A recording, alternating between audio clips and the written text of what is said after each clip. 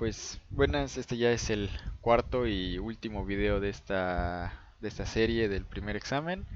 Y pues los temas que vamos a ver en este video son básicamente el trabajo como una integral de línea, el gradiente de una función escalar y cómo encontrar un vector normal a esta función.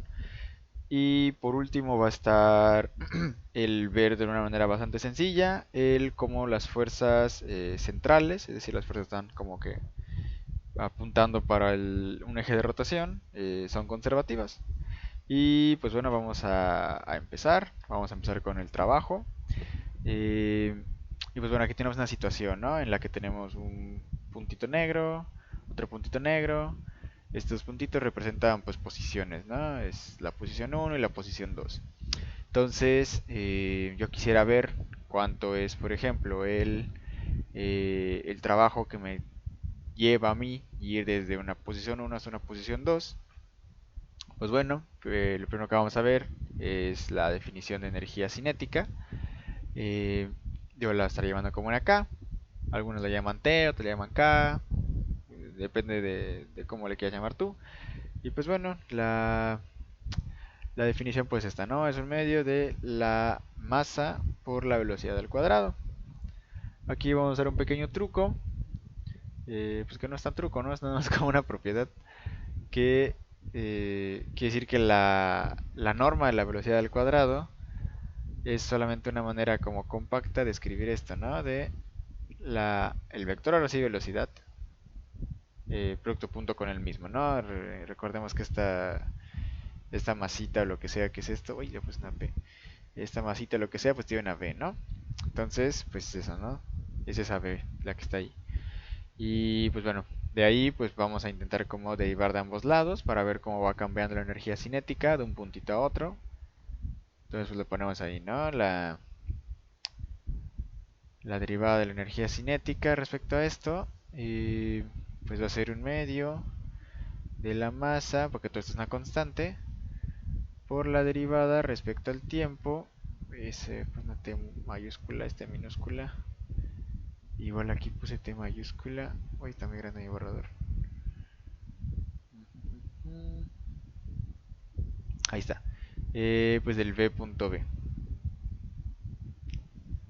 De aquí no lo voy a hacer todo, pero pues bueno, como la derivada de un producto es la derivada del primero por el segundo sin derivar, más la derivada del segundo por el primero sin derivar, y pues solo vamos a ver que eso en realidad es solamente dos veces la derivada del primero por el segundo sin derivar, porque pues en el producto de punto es conmutativo. Entonces como vamos a tener dos veces la derivada del primero por el segundo sin derivar, pues solo sacamos ese 2 de una vez, se va con uno en medio que está por aquí, solo va a quedar la m, y pues justo el producto que estaba diciendo hace ratito, ¿no? La derivada del primero por el segundo sin derivar. Uy, sí, dije sin derivar, ya estoy derivando, ya ven. Y ahí está. Entonces nos queda esto y solo vamos a fijarnos que esta parte de acá, el m por esa es la aceleración ya, ¿no? Porque es la derivada de la velocidad. Pues eso no es nada más que la fuerza que nos dice la segunda ley de Newton, ¿no? Masa por aceleración. Y eso, esto es vector. Y eso va a estar pues en producto punto por la velocidad. Eh, y pues bueno, aquí nos recordamos que tenemos aquí la dt de este lado. Recordamos que esto que acabamos de sacar es igual a dk, o sea, la diferencial de la energía cinética en respecto al volumen, al tiempo. Y pues nada más, como somos buenos físicos, pasamos la dt del otro lado. Y nos va a quedar que la f punto velocidad de t. Y aquí vamos a darnos en cuenta otra vez que acá esta v por la de t no es nada más que la diferencial de posición. O sea, que esto, ay, que no me gusta esa f, que esto se vuelve punto dr.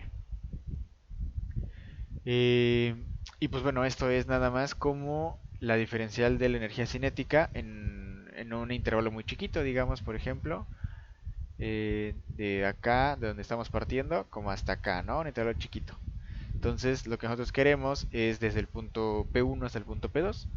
Eh, Por lo que esta dk pues pasaría a ser, ay, se quedó en rojo, pasaría a ser nada más como la diferencia de las energías cinéticas entre un punto y otro, pues nada más K2 menos K1. Uy. O sea, la energía cinética que hay en el punto 2 menos la energía cinética que hay en el punto 1. Eso es igual a la integral desde el punto 1 hasta el punto 2 de nuestra expresión que tenemos aquí de f. Ay, le puse borrador en vez de láser. De el f.dr. Entonces, pues nada, lo escribimos y pues ya está, ¿no? Y pues aquí mismo en la expresión se puede ver que esta integral depende realmente de la, de la trayectoria que sigamos, ¿no? O sea, justo en el dr está contenida la trayectoria, o sea, pasito a pasito, pero pues está contenida ahí la trayectoria que vamos a seguir, por lo que ya sea que elijamos una trayectoria a la otra, puede ser que nos dé eh, diferentes valores. Entonces, el trabajo, de hecho, eso todavía no le he puesto, pero esto es igual al trabajo que se ejerce de posición 1 a posición 2 que hace la fuerza F. Bueno, una notación muy extraña, pero es la fuerza de llevar con la fuerza F de un punto 1 a un punto 2. Eh, entonces, pues digo, con esta misma expresión podemos ver gracias a este punto de R que en realidad el trabajo sí va a depender de la trayectoria que llevemos. No va a ser la misma por una trayectoria que digamos vaya así, que por una trayectoria que vaya ahora así, o algo por el estilo. Entonces ahí se ve bastante claro, ¿no? Gracias a ese punto de R. Y bueno, lo siguiente va a ser ahora ver qué onda con el gradiente de una función. Pues de una función escalar sobre todo, ¿no? Entonces aquí tienes una función. Esa función pues puede depender de x, y y z. Pero, al final de cuentas, lo que vamos a tener de este lado va a ser un simple escalar. O sea, va a depender algo ahí x, y z. Por ejemplo, puede ser la función justo x, y z, por ejemplo. Pero al final de cuentas, o sea, lo que va a estar aquí del otro lado va a ser un escalar. Es decir, la función f va a estar definida, por ejemplo, de un R3 a un R, ¿no? Eso es lo que nos interesa. Ya que tenemos una función definida así, pues el gradiente de una función, el gradiente lo ponemos con el símbolo, este es nabla, pues no va a ser nada más y nada menos que un vector. Este vector va a ser en la primera entrada va a tener la parcial respecto a x de f, en el siguiente entrada va a tener la parcial respecto a y de f, y en la tercera entrada, como es de esperarse, pues la parcial, ay, me quedó fea mi parcial, la parcial respecto a z de f. Y este va a ser nuestro operador gradiente. Hay varias cosas que se pueden hacer con este operador gradiente. Por ejemplo, una de ellas es que si nos dan una función y nos dicen, yo quiero ver un vector que sea perpendicular a esta función en tal punto, ¿ok?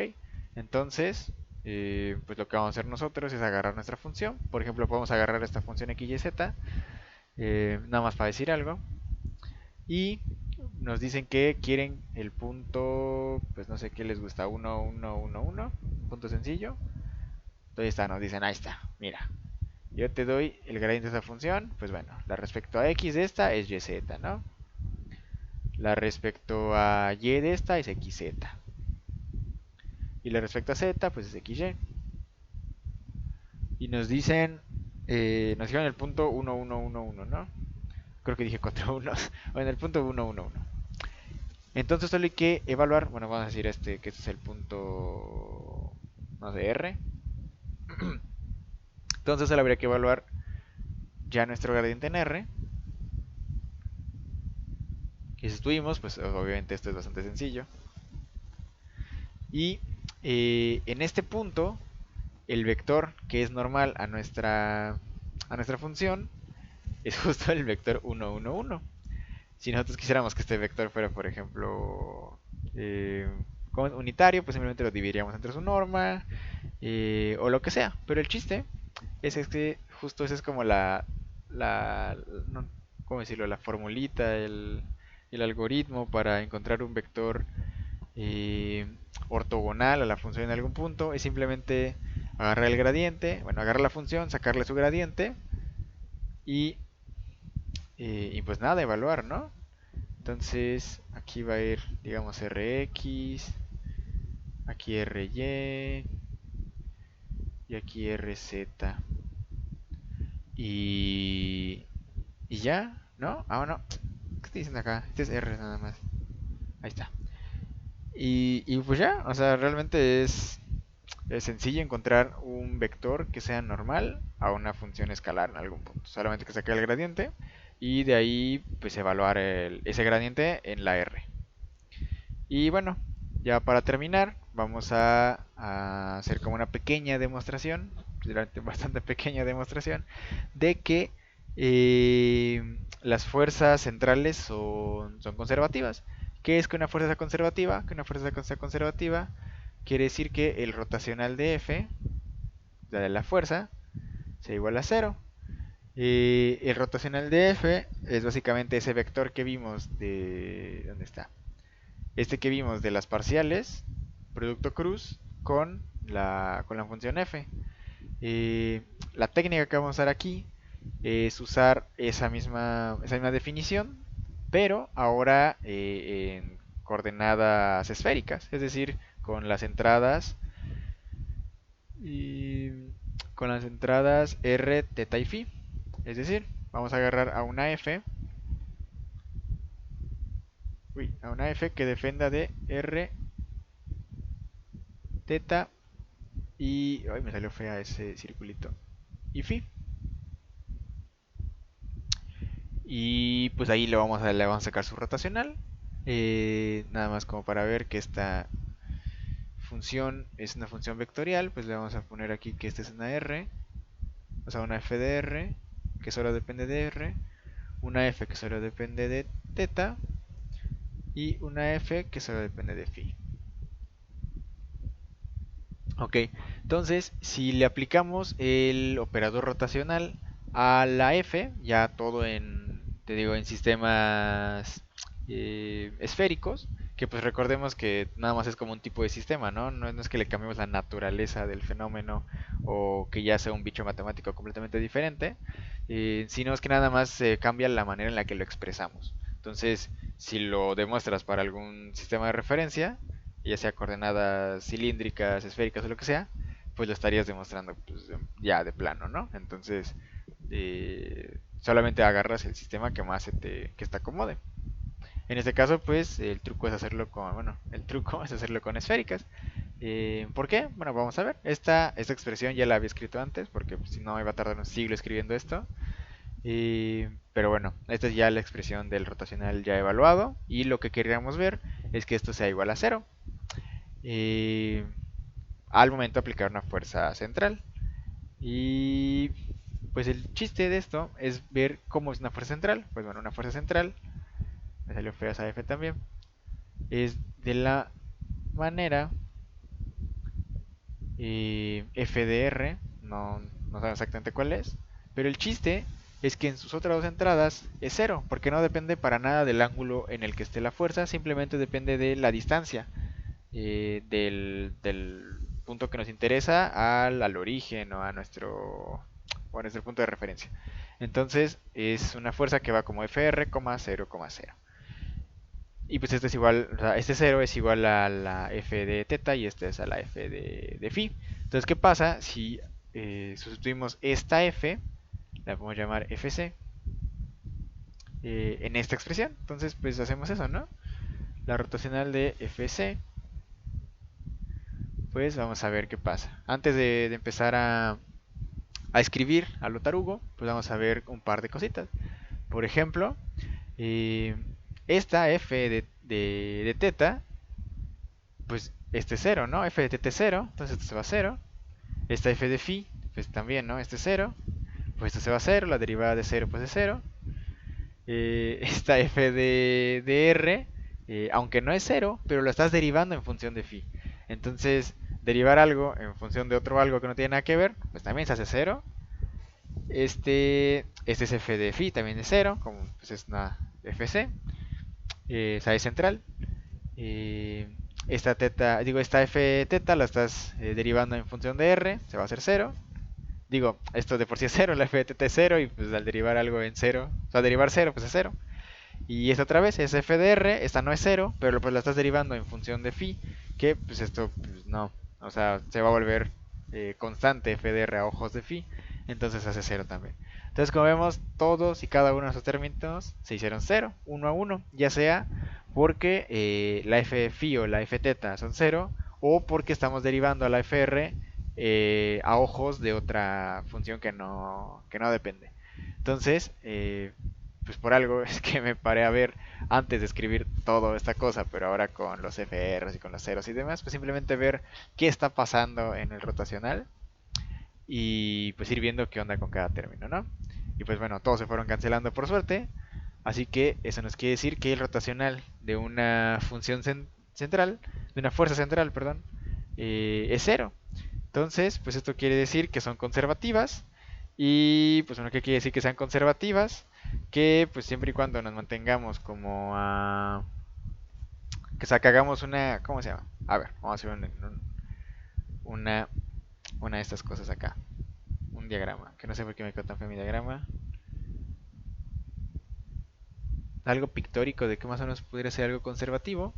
Pues podría ser que aquí tengo yo mi F de R. No sé, aquí tengo un punto que me interesa. Y esta FDR es, por ejemplo, uy, pues no sé, tal vez un campo magnético o algo por el estilo, ¿no? Vamos a poner unas líneas por ahí que representen, ay, quedó muy fea. Unas líneas por ahí que representen el campo magnético o algo, campo eléctrico. Entonces, pues como sabemos, el campo eléctrico pues no depende de en qué ángulo estés, solamente depende a qué radio estés, ¿no? Igual funciona con la gravedad y otras fuerzas por ahí. Entonces yo tengo otro punto, vamos a hacer este punto verde, por ejemplo. Y una de las propiedades de estos campos conservativos es que eh, si yo quiero ir de un punto a otro, vamos a ponerlo ahora con azul, así, en estos campos en particular, o sea, en estas fuerzas centrales, ahí sí no importa que... eh, ay, pero ¿por qué queda así toda gruesa?